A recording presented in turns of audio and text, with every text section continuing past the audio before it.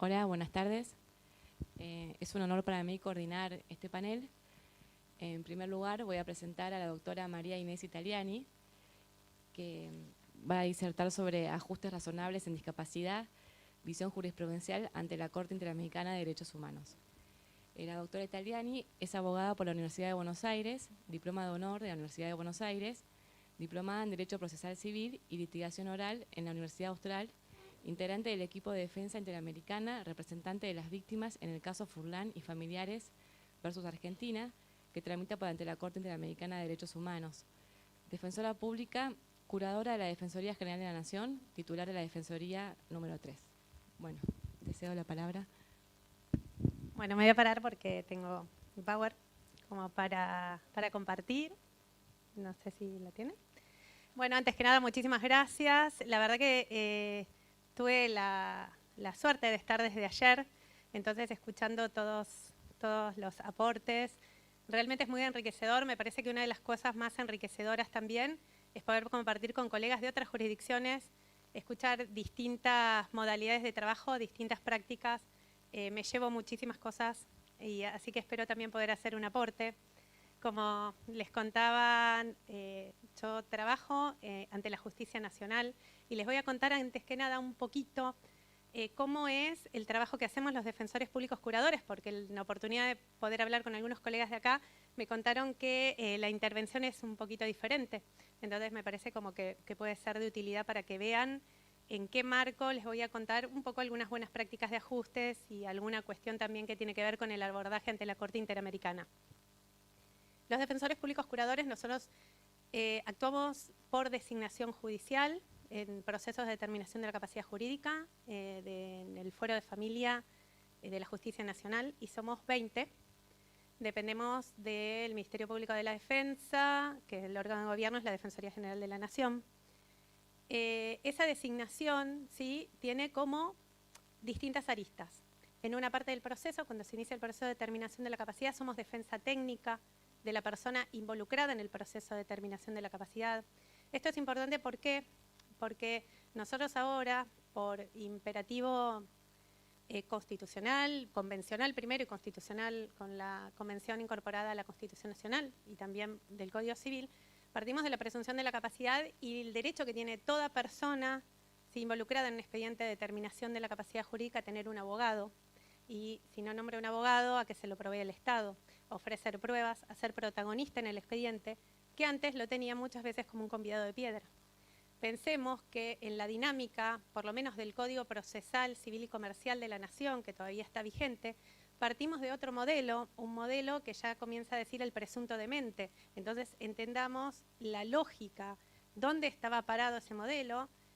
A mi juicio, y esto es una cuestión personal, a mí me parece que ese modelo ya quedó perimido y esas disposiciones quedaron como derogadas por la digamos, aparición del Código Civil y Comercial en forma directa. Por lo tanto, la figura del curador provisorio, el presunto demente, la persona que no tenía como participación o la participación en el expediente terminaba siendo un otorgamiento de buena voluntad, ya son prácticas que deben dejarse de lado. En esa inteligencia y en ese contexto asumimos la defensa técnica de la persona y es en dos momentos. Primer momento, desde que se inicia el expediente hasta la sentencia, la persona tiene su abogado. Nosotros tenemos una ley orgánica, que es la 27149, donde para la designación también necesitamos que se den determinados parámetros de pobreza o insuficiencia de recursos económicos para intervenir. Y luego también tenemos dos funciones más.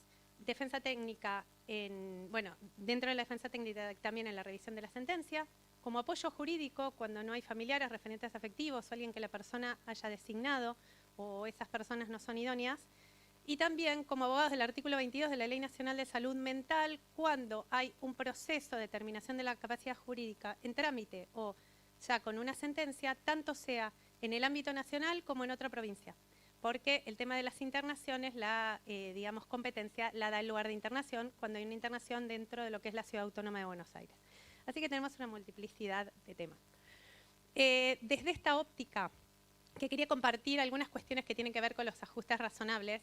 Me interesaba, puse esta imagen porque yo digo como que la sentencia y el expediente y los ajustes tienen que ser un traje a medida. Hoy tenemos que trabajar artesanalmente con toda la situación de la persona involucrada en el expediente de la capacidad jurídica. Y hago hincapié en la palabra involucrada, porque muchas veces yo leo interesada y a veces a la persona no le interesa tener ese expediente. Entonces, por eso mismo tiene que tener un abogado para hacer oír su voz. Y no solo, a veces no le interesa, o a veces por ahí tiene algún interés, pero no en la medida y la extensión que las personas que inician el proceso tienen. Entonces, es importante que la persona tenga su defensa. En ajustes razonables, bueno, voy a pasar un poco rápido esto, está en el artículo 2 de la Convención, es para los casos particulares. Y una cuestión importante es que los ajustes razonables son un derecho. ¿Sí? Nosotros, en el paneo de intervención que hacemos en relación a la persona, nosotros vamos detectando determinados obstáculos para el acceso a la justicia, porque sabemos que la discapacidad, ¿no? Esto ya lo hablaron y lo escuchamos, pero bueno, el componente de la condición de la persona, que la convención a la deficiencia o condición, y la discapacidad es en realidad la falta de adaptaciones, la falta de ajustes, la falta de diseño universal que hace que se dé la situación de discapacidad. Sería, por ejemplo, en el ámbito educativo, la condición de la persona puede ser un diagnóstico, ¿sí? No sé, autismo, pero la discapacidad es que no haya un maestro, un asistente para la inclusión que haga que la persona pueda estar en igualdad de condiciones con los otros estudiantes en un establecimiento. Esa es la discapacidad y lo otro solo es la condición. La no implementación de ajustes, la propia convención dice que es discriminación. Y esto es importante, ¿por qué? Porque si nosotros decimos que es un derecho, la contracara del derecho es la exigibilidad. Entonces salimos un poco del paradigma del otorgamiento de buena voluntad. Entonces, bueno, hacemos esto por la persona con un poco con una mirada más tutelar. Entonces hacemos esto, le damos una mano. No, cuando es un derecho no le estás dando una mano. Estás cumpliendo, ¿sí?, lo que debes hacer. ¿Por qué? Porque ese derecho es exigible. Entonces, como una buena práctica, cuando uno plantea, cuando uno solicita un ajuste, ya sea a una autoridad o ya sea a una autoridad judicial o ya sea, no sé, a algún organismo o a algún organismo de la sociedad civil o un banco, a donde fuere, nosotros también es importante reafirmar y recordar que la falta de implementación de los ajustes a los efectos convencionales y constitucionales importan discriminación.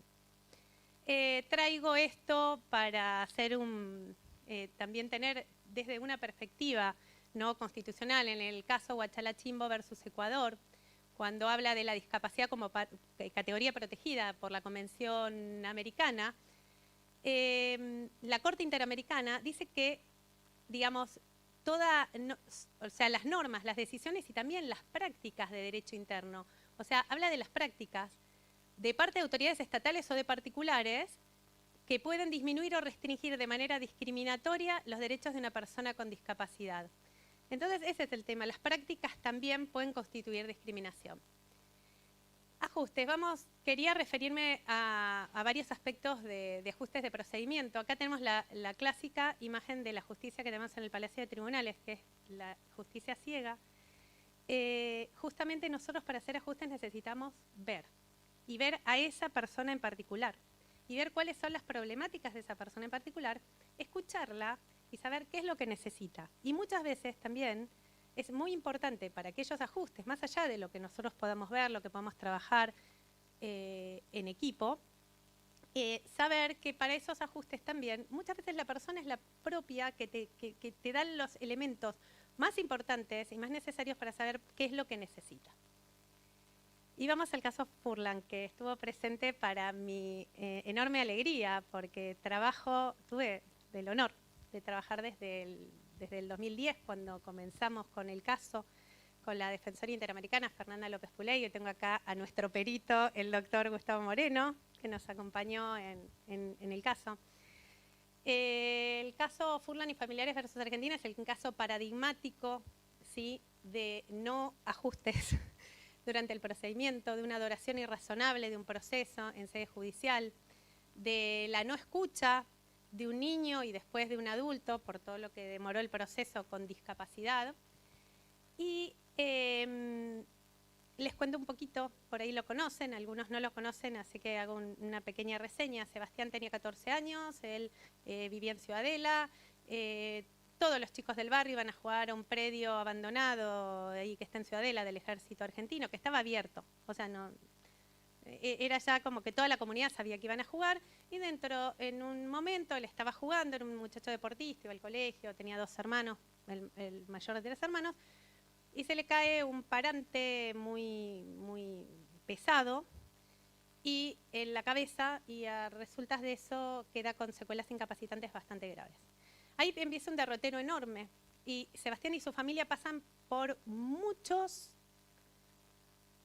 estadios de autoridades de distintos ámbitos, ¿sí? Estamos hablando que pasan por el sistema de salud, que pasan por el sistema de justicia, que pasan por el sistema de justicia civil y comercial, que pasan por el sistema penal, que pasó una internación por salud mental.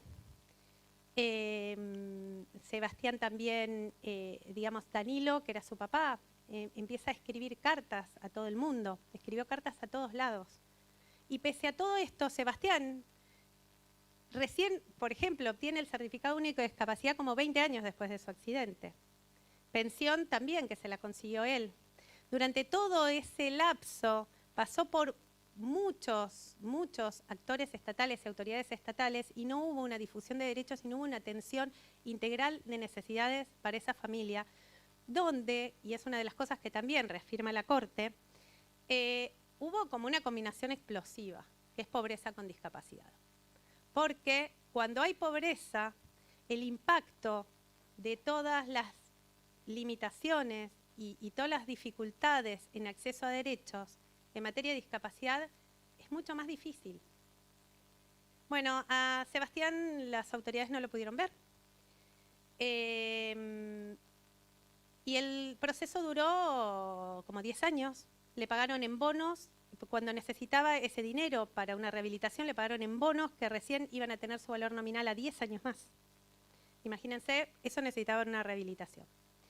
En el ínterin, sin tratamientos, con un montón de dificultades, Sebastián también tiene un tema en su salud mental y bueno, hay un incidente de agresión familiar, y así a él lo internan involuntariamente, lo sobremedican. Durante todo el tiempo del proceso no hubo intervención del asesor de menores incapaces. Yo a veces por ahí voy a decir defensor de menores incapaces, pero la realidad es porque en Nación se llaman defensor de menores incapaces, pero es como el asesor acá.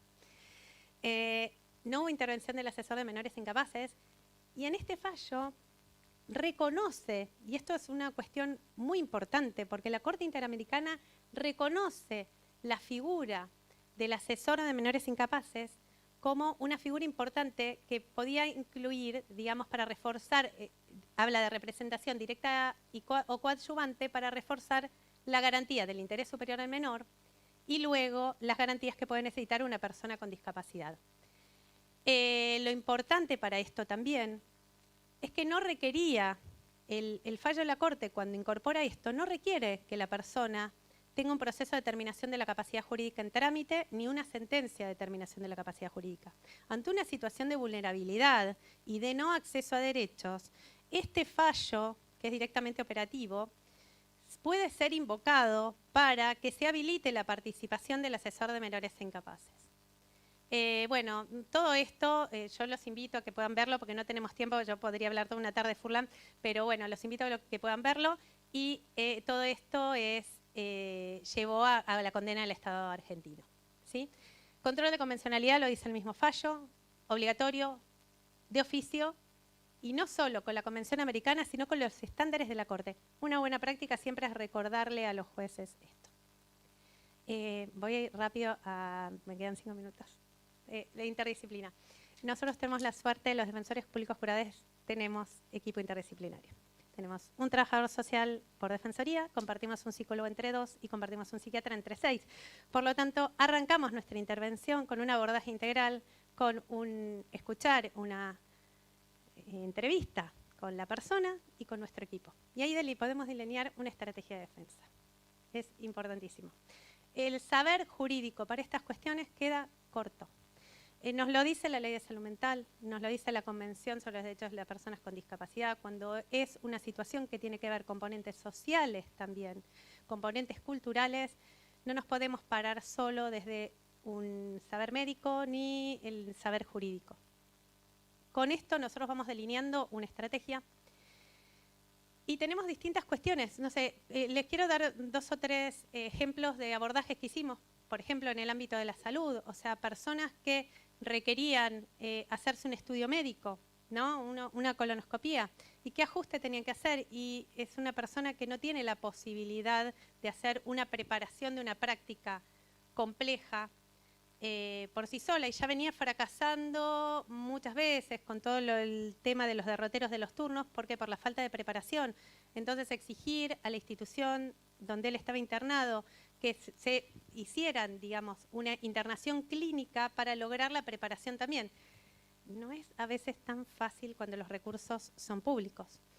Otro caso, por ejemplo, una externación que lo trabajamos con el órgano, que tenemos también la suerte que la Secretaría Ejecutiva del órgano de revisión de salud mental está dentro de la Defensoría General de la Nación, así que también lo trabajamos con el órgano. Un asistido que estaba en ese, yo era abogada del artículo 22 de la Ley de Salud Mental porque tenía un proceso de determinación de la capacidad jurídica en provincia. Y él hacía como 15 años que estaba internado en un establecimiento de salud mental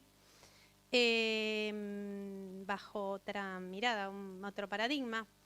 Y la verdad que los que estaban poniendo obstáculos era la propia familia, estaba poniendo obstáculos a su internación porque decían que él se descompensaba.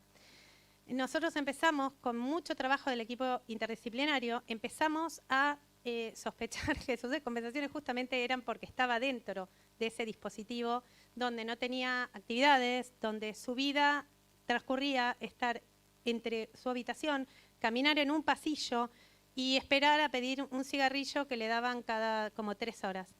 ¿Qué nos sirvió mucho? Trabajar en red. ¿A quiénes escuchamos? A los enfermeros, que eran los que todo el tiempo estaban con él. Entonces nos sentamos los enfermeros y dijimos, y bueno, ¿pero qué pasa? ¿Cuándo?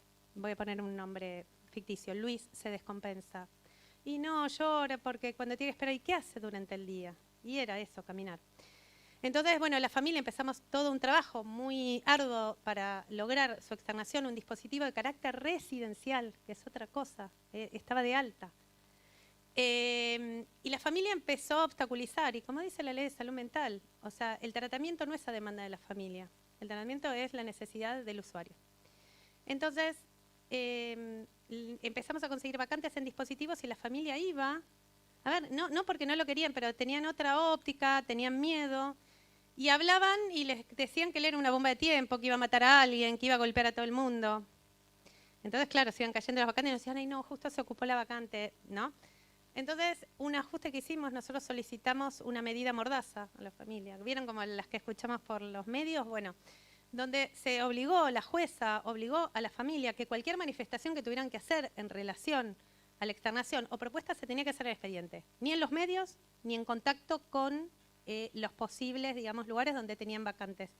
Y así pudimos lograr la externación y ahora está muchísimo mejor en un dispositivo de carácter residencial, con actividades, bueno, nada, algo exitoso. Un minuto más. Traigo esto porque voluntad y preferencias, ¿no? La Convención sobre los Derechos de las Personas con Discapacidad se militó por las propias personas con discapacidad, bajo el lema, nada sobre nosotros sin nosotros. Entonces nosotros trabajamos por los ajustes con la voluntad y preferencia de las personas.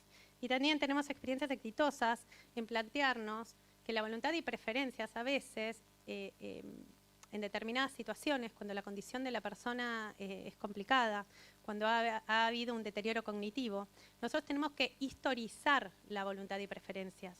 Y nosotros, digamos, para hacer el ajuste también, tenemos que llegar a la mejor interpretación posible de la voluntad y preferencias cuando no es posible que la persona las indique.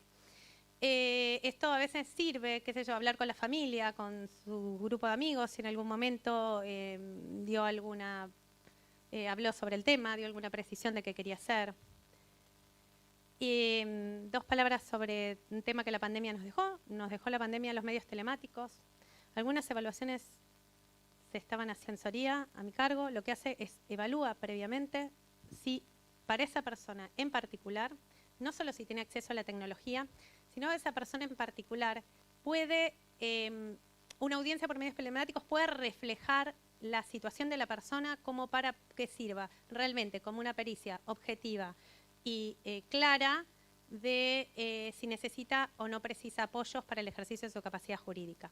Y también preguntarle, porque muchas veces hay personas que prefieren, ¿sí? Entonces eso también hacemos.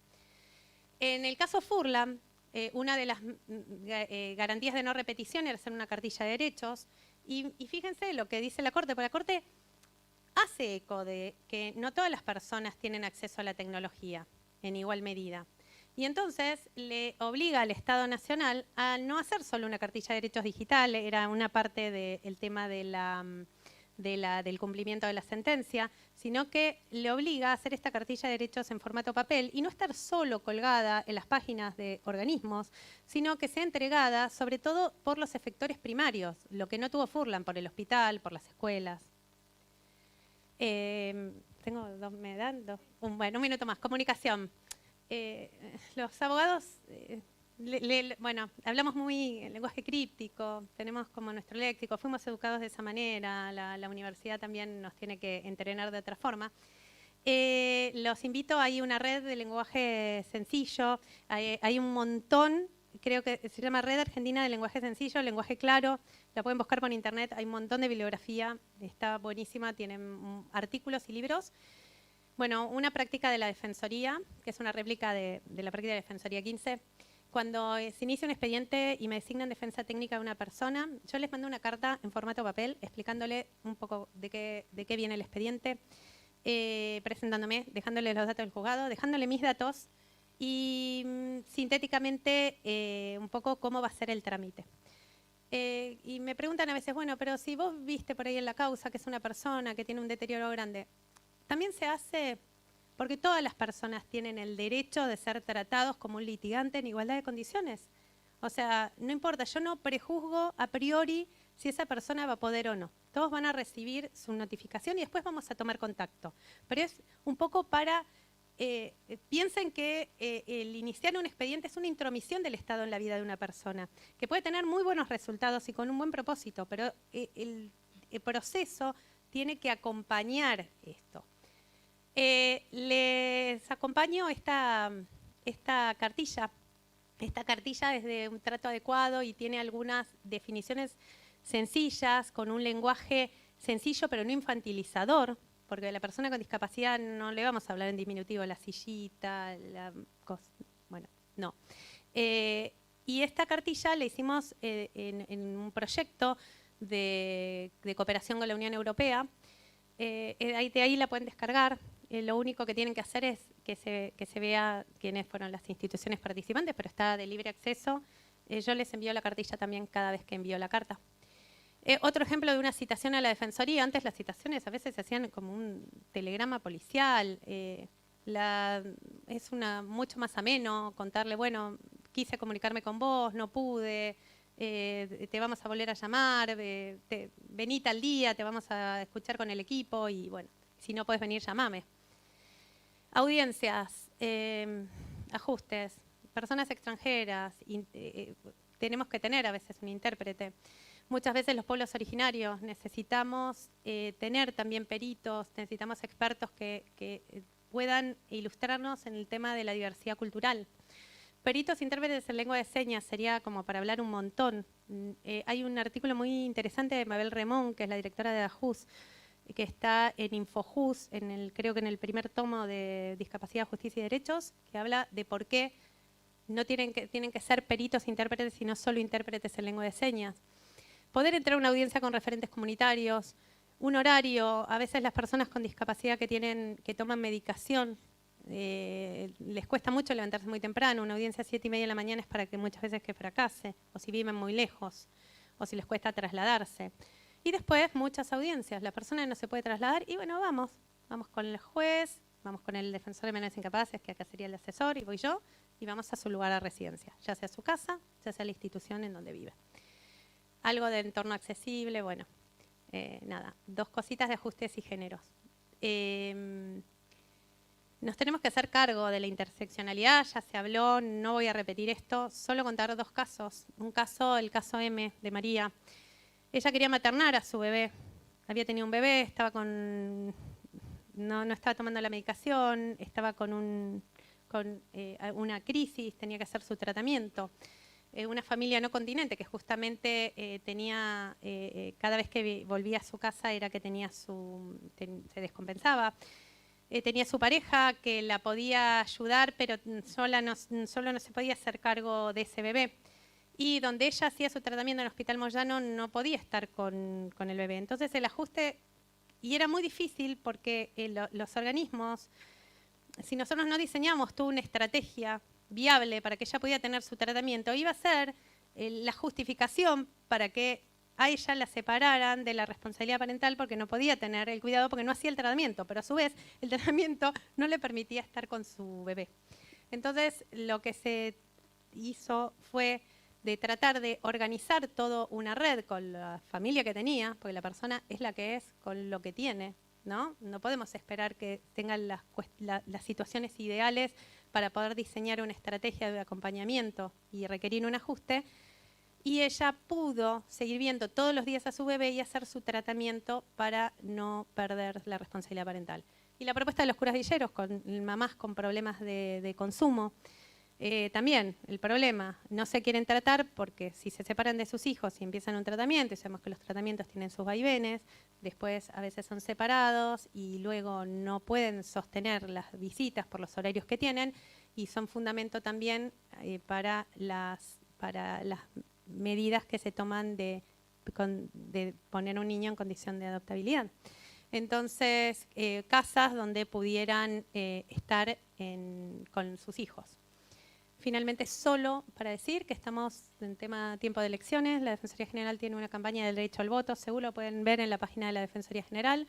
Estuvimos apoyando el tema del derecho al voto de las personas en establecimientos de salud mental y difundiendo derechos de ajustes que se tienen que hacer también para que las personas puedan votar. Recordemos que son actos personalísimos, que cualquier apoyo que puedan tener siempre es un apoyo de asistencia. Hay determinados actos que no se pueden hacer por representación. Mucho me quedó en el tintero, me excedí muchísimo en tiempo. Solo decirles que hay otro ajuste que nosotros sí podemos hacer siempre. A veces vamos a exigir, a veces va a depender del otro, pero el primero es confrontarnos nosotros con los propios estereotipos que tenemos en relación con la discapacidad y hacer el primer ajuste, que es el ajuste actitudinal, ¿sí? A veces el ajuste somos nosotros y lo que se necesita, que también conversamos sobre la igualdad, por ahí es más equidad. Quedo a disposición para preguntas, me hubiera gustado charlar mucho más con ustedes, pero bueno, nada, tengo que respetar el tiempo. Muchas gracias.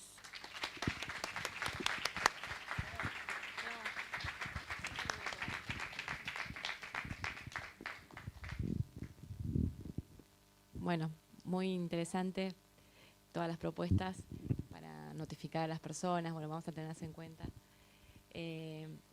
Voy a presentar a la doctora Claudia Eugenia Portillo, que es abogada, especialista en Derecho de Familia de la Universidad Católica de La Plata, magíster en Relaciones Internacionales de la Universidad Nacional de La Plata, diplomada en Género en la UBA y doctorada en Ciencias Jurídicas en la Universidad Nacional de La Plata. Titular de Derecho Internacional Público de la Universidad Católica de La Plata, docente de posgrado de la Universidad de La Plata y de la UCA de La Plata, autora de artículos vinculados a género y niñeces, prosecretaria de la Corte a cargo del área registros de la Secretaría de Servicios Jurisdiccionales, entre los que se encuentra el Registro Central de Aspirantes a Guardas con fines de adopción. Bueno, ¿qué tal? Buenas tardes a todos y a todas. Muchísimas gracias por la invitación a los 3 colegios, al Ministerio Público, a Silvina, a Corani, que siempre nos atienden tan bien y la pasamos tan bien en Necochea. Bueno, la idea es hablar de discapacidad y adopción. Si pensamos en la discapacidad y si pensamos en la adopción, en estos días, la respuesta o lo que surja de esa combinación va a ser esto de lo que vamos a hablar, pero si lo pensábamos en el modelo tutelar, en el modelo anterior, el único punto de contacto que tenían era el histórico, eso que aprendimos en derecho romano, de que la adopción tenía ese antecedente en la columna donde dejaban a los niños con discapacidad, y nos remontamos a un antecedente histórico en donde los adultos, y la adopción en ese modelo tutelar estaba pensada para los adultos o para aquellas personas que no podían tener hijos o hijas, no los iban a elegir, no era una opción, con lo cual la institucionalización de un niño o niña con discapacidad iba a terminar en un egreso del dispositivo de cuidado de niños, niñas, para pasar a uno de adultos, con todo lo que ya sabemos que terminaba pasando. Hoy, tengo que usar esto, la mirada es otra, hoy la adopción es otra, pero también la mirada sobre la discapacidad y sobre las niñeces es otra.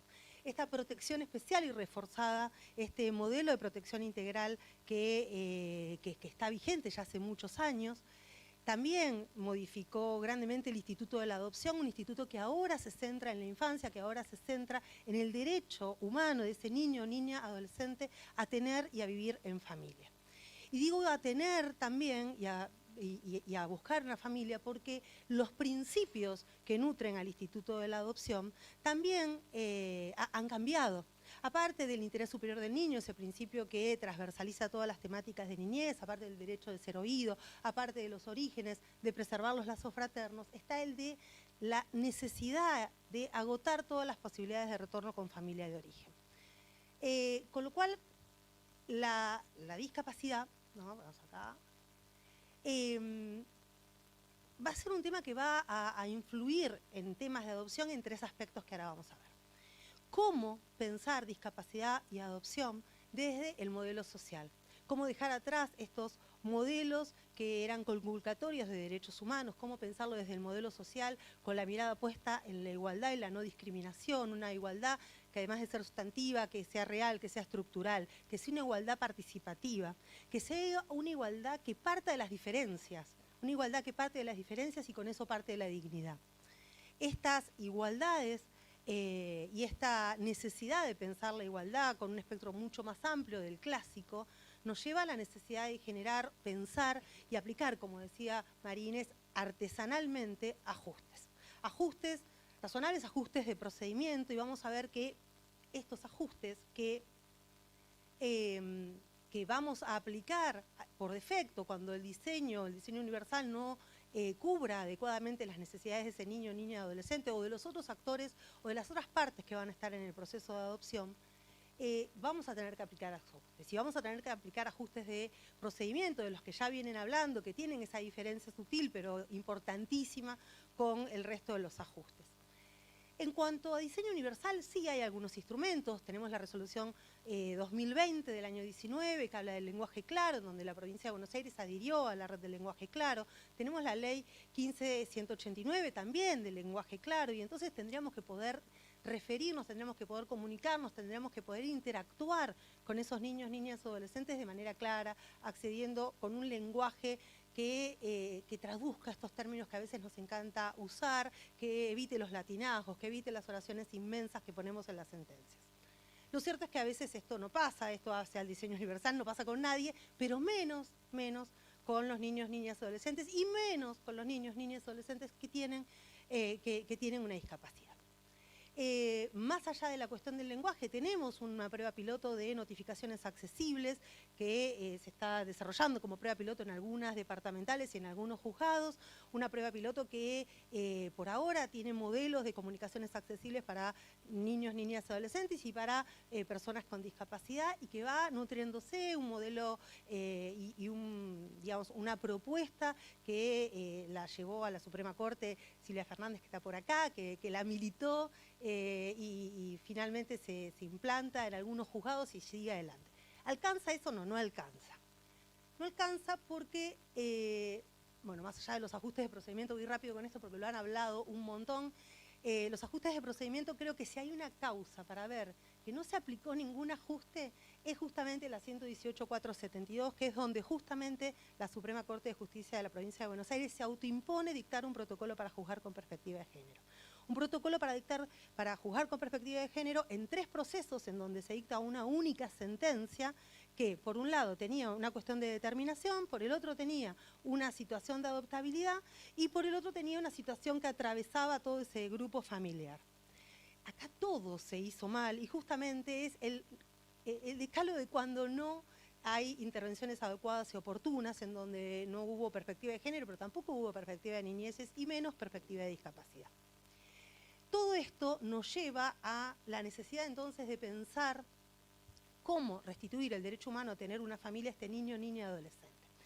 Y si bien yo me voy a abocar particularmente en los niños, me interesa plantar o por lo menos tirar esta idea. Cuando hablamos de discapacidad y adopción, tenemos que tener muy claro que aplica a tres grupos, ¿sí? Aplica por supuesto a los niños, niñas y adolescentes, pero también a las familias de origen, porque dijimos que uno de los principios básicos de la adopción es la necesidad de agotamiento de las posibilidades de retorno con familia de origen.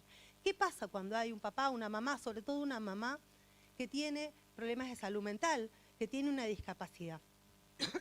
¿Se respeta esa garantía? ¿Se aplica ese principio? ¿Cómo la discriminación sobre sus padres, madres, termina reflejándose en un acto discriminatorio contra ese niño o niña? Claramente es algo a lo que la Convención de los Derechos del Niño alude, la discriminación respecto a los adultos que termina rebotando en este niño, niña y adolescente que es privado de vivir con su familia de origen por una cuestión altamente discriminatoria. Hay una resolución de la Secretaría del Órgano de Revisión, que es la 319, que está en la página de la Corte, que me parece una excelente resolución y un excelente instrumento para trabajar el maternaje de mujeres con discapacidad. Otra de las aristas, antes de meternos puntualmente en niños, niñas y adolescentes, es qué pasa con las personas que se ofrecen, las personas que quieren inscribirse en el Registro Central de Aspirantes a Guardas con fines de adopción. ¿Hay muchas personas inscritas con discapacidad? No. Y la verdad es que hemos tenido planteos de que el sistema es expulsivo y que ese certificado de salud que tienen que presentar, en cuanto hace mención a algún problema de salud grave o alguna discapacidad, ya es causal para que no te acepten, cuando en realidad lo que hay que evaluar es la capacidad parental adoptiva y cómo esa discapacidad podría afectarla. Pero esa discapacidad o ese certificado médico o esa patología debe ser mirado a la luz de o en razón de esa capacidad parental adoptiva, que muchas veces no tiene que ver, y les diría que en un 90% no tiene que ver con las aptitudes físicas. A veces hacemos hincapié en otras cosas, en que sean personas que puedan garantizar un cuidado amoroso, saludable, duradero, que por supuesto va a haber que hacer una diferencia. Una cosa es pensar en postulantes que se ofrecen para un bebé, para un nene chiquitito, una nena chiquitita o para un adolescente. Entonces, las aptitudes, las condiciones van a variar total y absolutamente. Puede que no estés para un bebé, pero vas a estar quizá para uno de 5 o uno de 12, o un adolescente en donde tenés que poner toda cabeza y toda espalda emocional, pero quizá ya el cuerpo, no hace falta ese compromiso de cuerpo, de acompañarlo en los primeros pasos. ¿Se entiende la diferencia? Entonces, la discapacidad o la perspectiva de discapacidad, esta necesidad de garantizar la igualdad, la necesidad de borrar esas barreras y la necesidad y el derecho que tienen, como decía Manigres, de acceder a un ajuste de procedimiento, es un derecho y es exigible, se plasman los tres aspectos: se plasma en los postulantes, se plasma en la familia de origen y se plasma en relación a los niños, niñas y adolescentes. Entonces, pensar la adopción con perspectiva de discapacidad es esto, ¿no? Una herramienta conceptual y procedimental que me ayude, ¿sí? Que primero visibilice esa situación de desigualdad y luego que me ayude a barrer esa barrera que está allí. Bien, vamos primero con los postulantes. ¿Qué oferta tenemos de personas que se ofrezcan a restituir el derecho a tener una familia, niños, niñas y adolescentes con discapacidad? La verdad es que hay muy pocos. La verdad es que el registro de adoptantes tiene cada vez menos postulantes. Hoy hablábamos en el almuerzo, hay una crisis de cuidado que atraviesa toda la sociedad, que atraviesa las familias biológicas y también que atraviesa el deseo de maternar o paternar, y se ve reflejado en que hay menos personas que se anotan o se anotan para menos cantidad de niños o que se anotan con determinadas condiciones. También las técnicas de reproducción humana asistida han hecho que muchas personas que se inscriben al ratito se den de baja porque han podido concebir por vía de las técnicas de reproducción humana asistida. La cuestión es que tenemos menos postulantes. Siempre tuvimos ese problema de la cantidad muy, muy chiquita de postulantes para chicos, chicas con discapacidad. Bueno, hoy lo tenemos aún peor.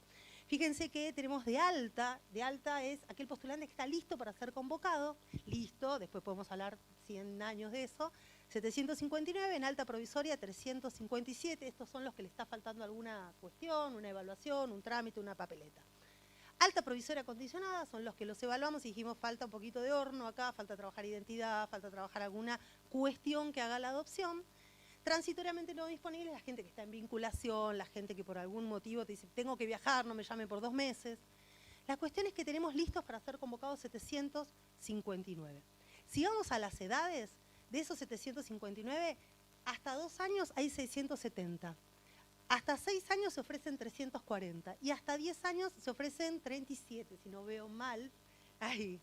Ahora, más allá de que claramente la voluntad adoptiva está muy acotada en términos de edad, veamos qué pasa con salud y con discapacidad.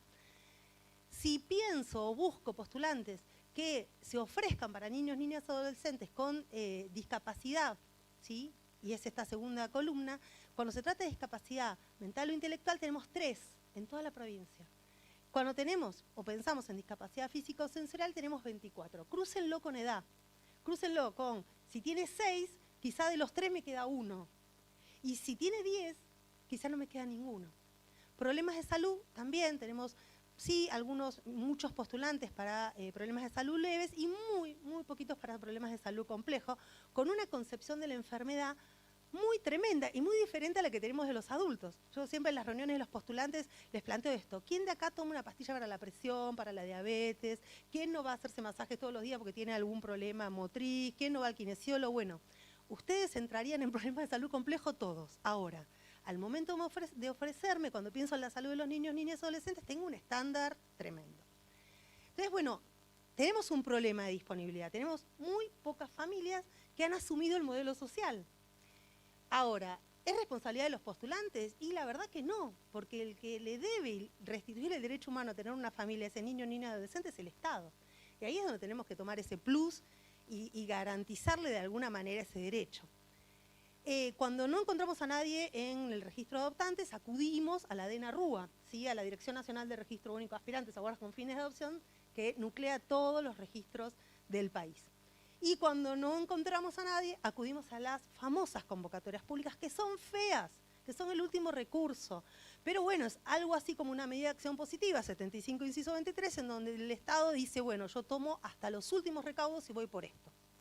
Ahora, cuando empezamos con este formulario del DENA-RUA y cuando empezamos a pedir datos a los juzgados para hacer una convocatoria, el modelo social nos lo olvidamos todos.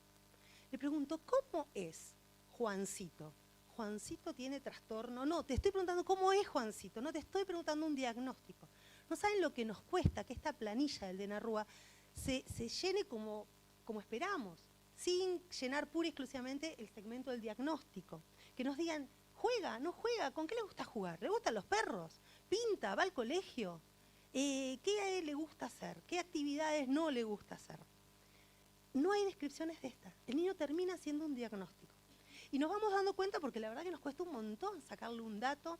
La semana pasada, La Nación Digital trabajó con muchas convocatorias de Provincia de Buenos Aires. Nosotros nos contactamos con algunos juzgados y le pedimos, che, mandame un dibujito, una cartita. Nos costó un montón humanizar a esos niños, que dejaran de ser un dato frío, que nos dieran datos actualizados, porque el dato que me daban quizás era de hace 1 año y medio, con lo cual en 1 año y medio la vida de un niño cambia totalmente y todo lo que hacía hace 1 año y medio hoy hace otras cosas diferentes, seguramente progresó. Es muy difícil y ahí es donde ves la gran disparidad entre la letra, ¿no? El modelo social al que todos adherimos y después las prácticas que van a los modelos anteriores. No todas, pero muchas. Entonces, ¿qué esperamos de los postulantes? Y esperamos todas estas cosas para cualquier niño, niña, adolescente. Esperamos parentalidades adoptivas saludables, amorosas, duraderas. Esperamos que tengan todas estas condiciones. El punto es que, y ahí ese plus para niños, niñas y adolescentes con discapacidad, tenemos que como Estado preparar de forma diferente a los postulantes. Tenemos que trabajar con los postulantes para que adhieran a este modelo de la discapacidad. el modelo social de la discapacidad, para que entiendan cómo funciona, para que entiendan también y saquen y destierren esos mitos y esos prejuicios, esa idea de la discapacidad como algo insuperable, como algo que no van a poder. Ese no voy a poder es muy usual en las entrevistas con postulantes. En esa órbita es la que trabajamos todos los primeros viernes de cada mes a las 4 de la tarde, damos charlas informativas. Y les puedo asegurar que el tema de la discapacidad sale siempre. Tenemos un curso de 5 semanas en donde también se trabaja con testimonios, de papás y mamás ya por adopción de niños, niñas, adolescentes con discapacidad. Ahora, ¿qué necesito particularmente de un postulante? Que se ofrezca para un niño, niña o adolescente con discapacidad mucho más tiempo que cualquier otro postulante. Tiempo material, tiempo de poder acompañar un tratamiento, tiempo de poder acompañar en una escuela, tiempo para poder ir a pelear a la escuela porque no están haciendo lo que tienen que hacer. Entonces, tenemos que buscar gente que esté capacitada y que tenga esa disponibilidad del tiempo. Hoy, el tiempo es una cuestión que nos corre a todos. Todos andamos escasos de tiempo. Entonces, muchas veces, el condicionante o el trabajo que le tenemos que pedir que hagan a los postulantes es ¿cómo te ves diciendo que no vas a poder trabajar 10 horas, 8 horas, vas a tener que trabajar 6? ¿Cómo te ves dejando de ir a jugar al fútbol? ¿Cómo te ves dejando de ir a pilates? ¿Cómo te ves cambiando tu vida radicalmente? Porque va a cambiar. Y más con un niño que tiene que sostener una terapia, que tiene que sostener un tratamiento. Va a cambiar. Hay la responsabilidad del Estado.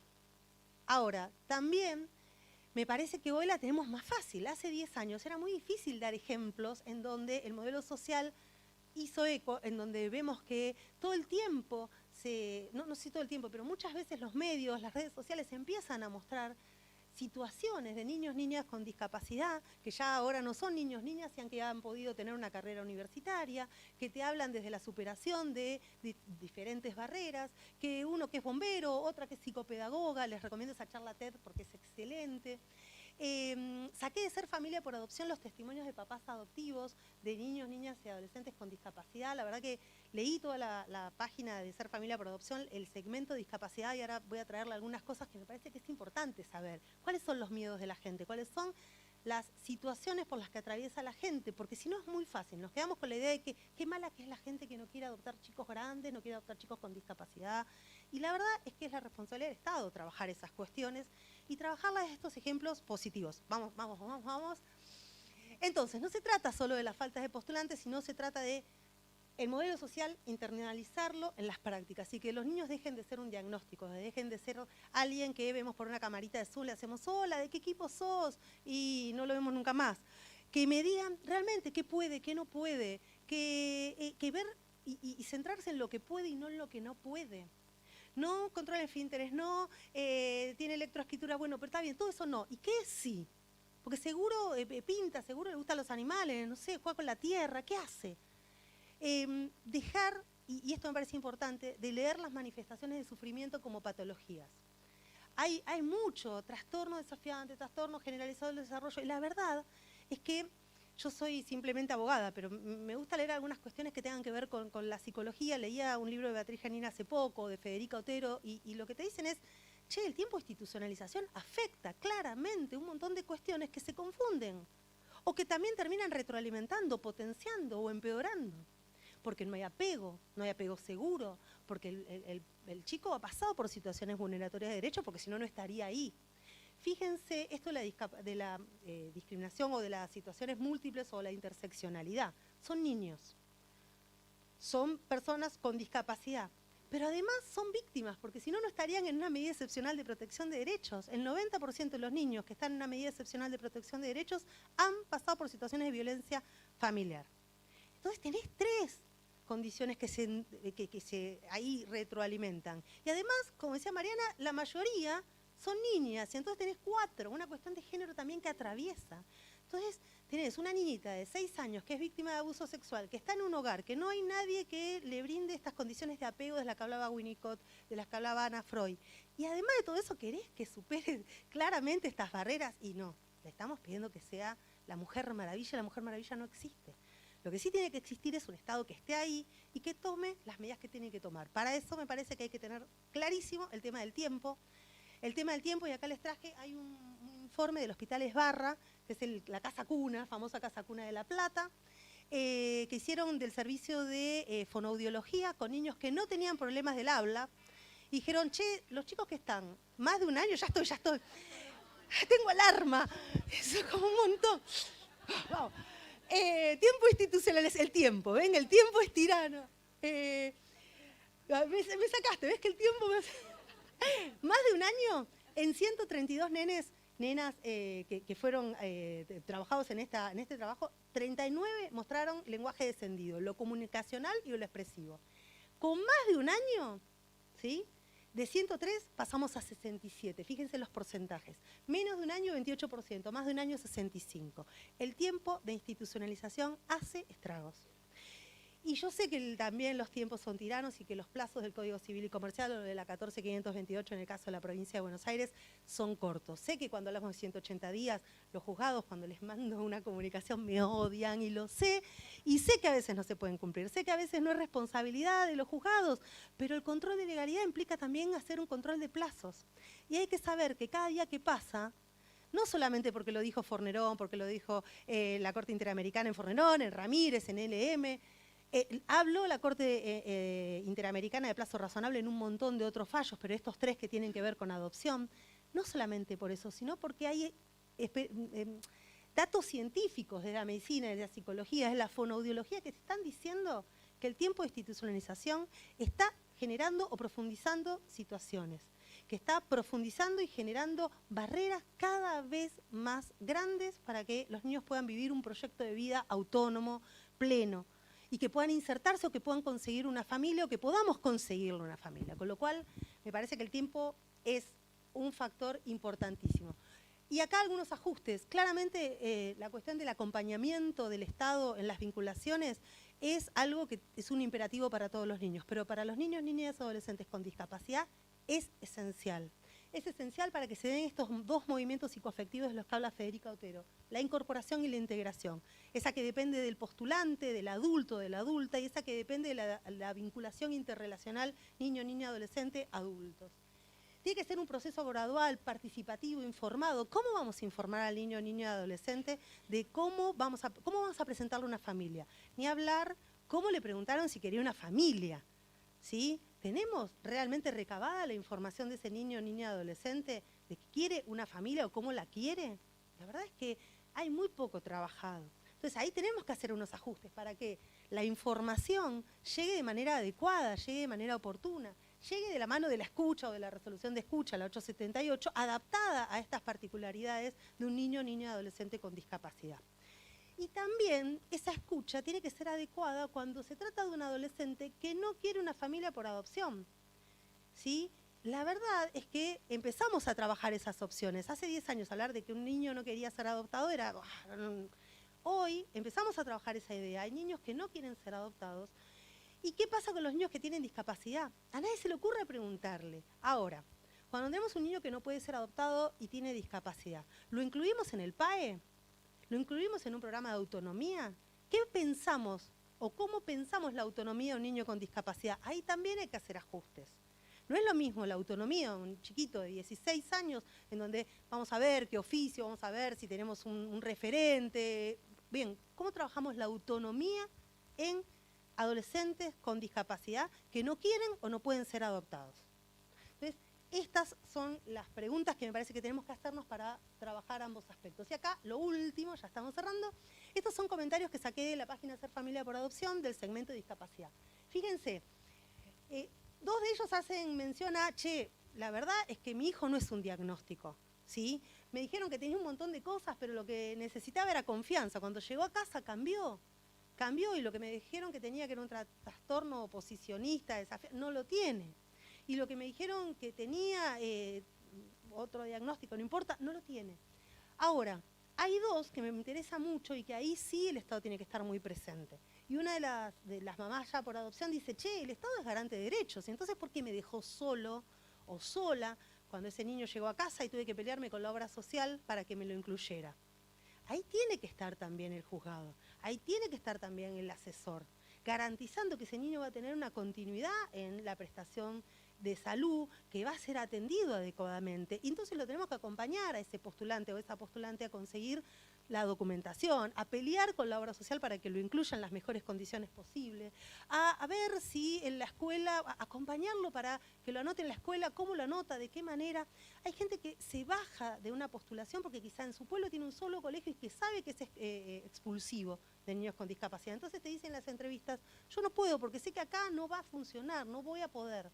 Bueno, ayudemos también a esos adultos, porque vuelvo, si no, la respuesta siempre cae en qué mala la gente que no quiere adoptar ni niños grandes, ni niños con discapacidad, ni niños con problemas de salud o grupos de hermanos. Bueno, ahí tiene que estar el Estado con diferentes políticas y en el caso de los niños con discapacidad, con estos ajustes que nos permitan realmente generar una igualdad a la que aspiramos, participativa, distributiva, una igualdad en donde realmente esa diferencia sea abordada por el Estado y sea trabajada desde las políticas públicas. Así que muchísimas gracias.